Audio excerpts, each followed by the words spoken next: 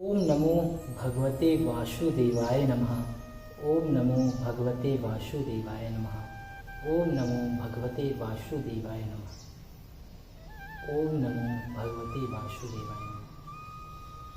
आप लोगों से भी आग्रह, जब भी किसी ग्रंथ का पाठ सुनते हैं, चाहे साईं बाबा को हो, चाहे शंकर जी का हो, चाहे माता जी का हो, आप उनसे रिलेटेड मंत्र, या शंकर जी का है तो ओम त्र्यंबकम यजामहे सुगंधि पुष्टि वर्धनम उर्वारुकमेव बंधनात् मृत्योर्मोक्षे मामृतात्। अगर ये नहीं बनता तो ओम नमः शिवाय।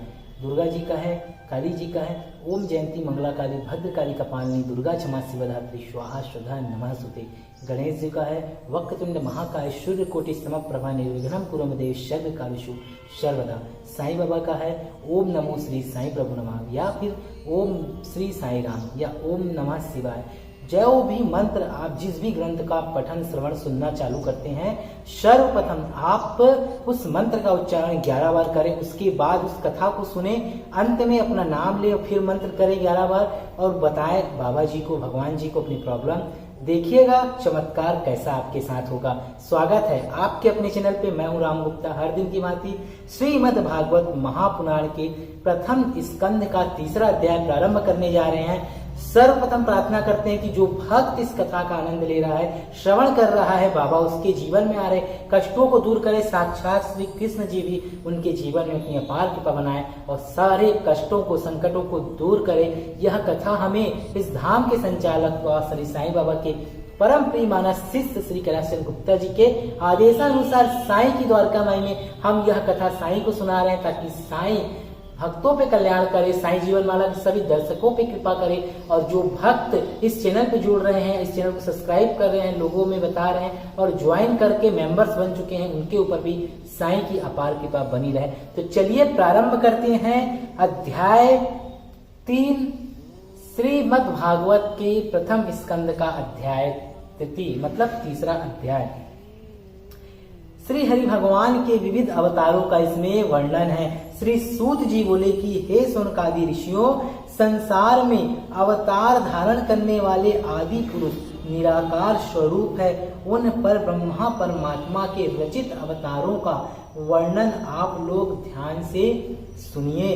श्री हरि का प्रथम अवतार तो मार शर्ग का आश्रय लेकर सनक सनंदन सनातन और सनत कुमार जी के रूप में हुआ, जिसमें उन्होंने सदा ब्रह्मचर्य का पालन किया और वे सदा 5 वर्ष के ही बने रहे। दूसरा 12 अवतार हुआ, जिसमें वे जल में डूबी हुई पृथ्वी का उद्धार करके उसे पताल से निकाल लाए। तीसरा अवतार यज्ञ पुरुष का रूप धारण करके श्री नारायण जी ने राजाओं को यज्ञ करने की विधि बतलाई। चौथा अवतार हैग्री का था, जिसमें पूरा शरीर तो मनुष्य का था किंतु मुंह घोड़े के समान था। उस अवतार में श्री नारायण जी ने ब्रह्मा जी को वेदों का पाठ सुनाया, वेदों का पाठ पढ़ाया। और 5वां अवतार नर नारायण के रूप में हुआ, उसमें उन्होंने सांसारिक प्राणियों की तपस्या का मार्ग दिखलाने के लिए बद्री केदार में बैठकर अखंड तपस्या की। छोटे अवतार में श्री हरि ने कपिल मुनि का रूप धारण कर अपनी माता को सांख्य योग का ज्ञानोपदेश दिया। और 7वें में अन्य मुनि के यहाँ दत्तात्रेय का अवतार धारण कर राजा अलर्क एवं भक्त प्रहलाद को वेदों की शिक्षा दी। 8वां अवतार ऋषभ देव के रूप में इंद्र की पुत्री चित्र देवी के गर्भ से लिया। उनमें उन्होंने जड़ चर्चा का मार्ग बताया तथा अन्य अवतारी के पुत्र जयदेव ने संसार में जैन धर्म की रचना की। और 9वां अवतार पृथु के रूप में राजा वेणु का शरीर मंथन करने से हुआ, जिसमें उन्होंने गौ रूप धारी पृथ्वी को दूहकर उसमें छिपी हुई अन्नादिक वनस्पतियों को निकाला। और 10वें अवतार में मत्स्य अवतार लेकर श्री हरि ने राजा सत्यव्रत को सप्त ऋषियों सहित ज्ञान का उपदेश दिया तथा उसे अपनी माया दिखलाई। 11वें अवतार में श्री हरि ने कच्छप रूप में समुद्र मंथन के समय अपनी पीठ पर मंदराचल पर्वत को धारण किया और 12वें अवतार में भगवान धन्वंतरी हाथ में अमृत कलश लेकर समुद्र से प्रकट हुए और आयुर्वेद शास्त्र की रचना की। 13वें अवतार में मोहिनी रूप से राक्षसों को अपनी सुंदरता से मोहित कर उनसे अमृत कलश प्राप्त कर लेने के लिए हुआ और उस अवतार में श्री हरि ने देवताओं को अमृत पिलाया। 14वें अवतार में श्री नरसिंह अवतार हुआ, उसमें हिरण्यकश्यप को मारकर अपने भक्त प्रहलाद की रक्षा की। और 15वें अवतार 52 के अवतार में राजा बलि से 3 पग पृथ्वी मांग कर उसके सत्य की परीक्षा ली। और 16वें हंसावतार में सनत कुमार जी आदि को ज्ञान का उपदेश दिया। 17वां नारद अवतार धारण कर पंचात्र वेद की रचना की, जिसमें समस्त वैष्णव धर्म का वर्णन है। 18वें हरि अवतार लेकर गजेंद्र को ग्राह के फंदे से छुड़ाया और 19वें परशुराम का अवतार हुआ। 20वां रामचंद्र अवतार लेकर समुद्र का अहंकार नष्ट करके रावण को कुटुंब सहित मारा। 21वें अवतार वेद व्यास रूप में कर लिया। सब वेदों के अलग अलग भाग बनाकर 18 पुराणों का निर्माण किया। और 22वां कृष्णावतार धारण कर अधर्मी राजाओं को मारकर पृथ्वी का भार उतारा। 23वां बुद्धावतार हुआ।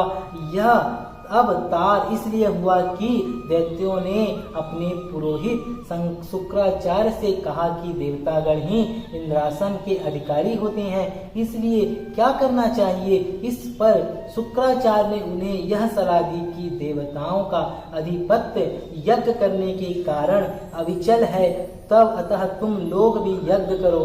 शुक्राचार्य की यह सलाह मानकर समस्त राक्षसों ने देवलोक का राज्य पाने की कामना से यज्ञ आरंभ कर दिया।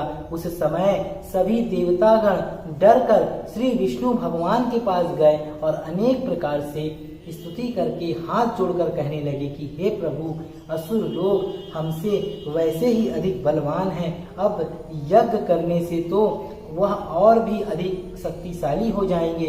उस स्थिति में हम उनको कैसे जीत सकेंगे। अतः आप कोई ऐसा प्रयत्न कीजिए जिससे हम लोगों का यह डर जाता रहे।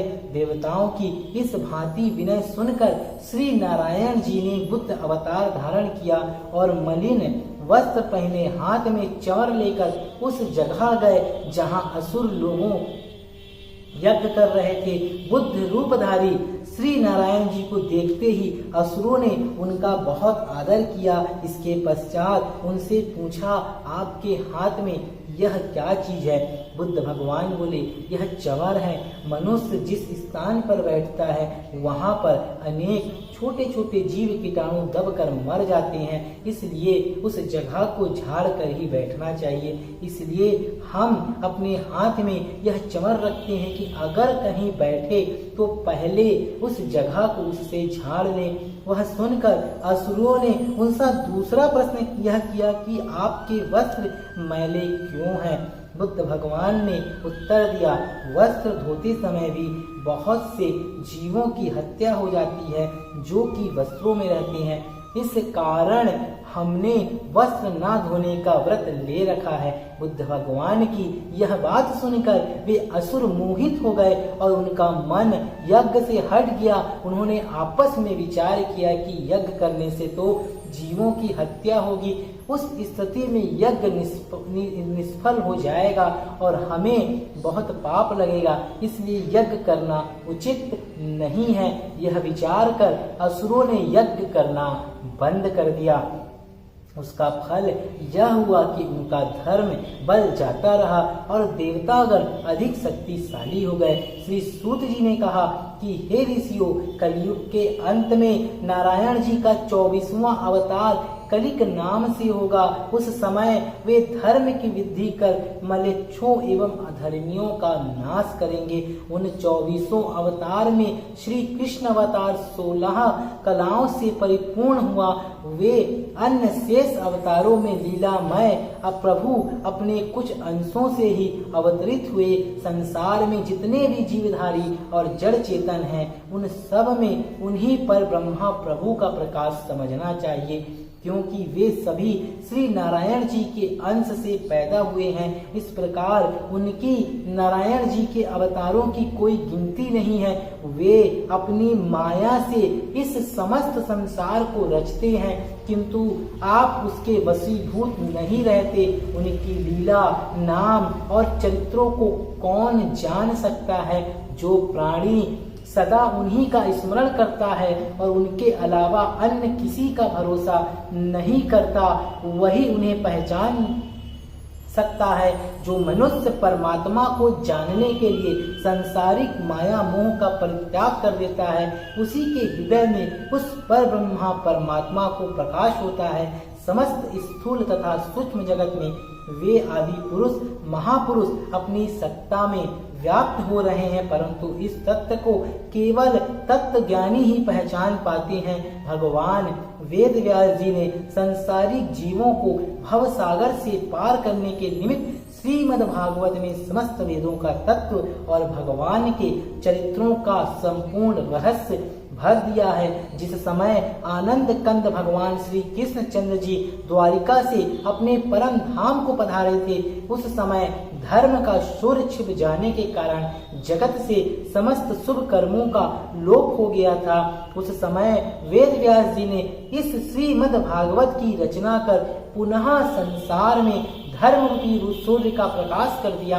हे ऋषियों, जिस समय वेद व्यास जी ने यह कथा श्री सुखदेव जी को पढ़ाई थी, उस समय मैं भी वहीं पर उपस्थित था। गुरु जी की कृपा से यह कथा मुझे याद हो गई और अब वही कथा मैं आप लोगों को सुना रहा हूँ, साईनाथ को सुना रहा हूँ। तो श्रीमद् भागवत वृत्त सचित सुख सागर का प्रथम स्कंद का 3रा अध्याय समाप्त हुआ। बोलिए ब्रह्मा जी की जय, बोलिए श्री कृष्ण कन्हैया लाल की जय। ओम नमो भगवते वासुदेवाय नमः। हे भगवान, हम सभी मिलकर आपकी द्वारिका में इस पावन कथा को सुन रहे हैं। आपसे आग्रह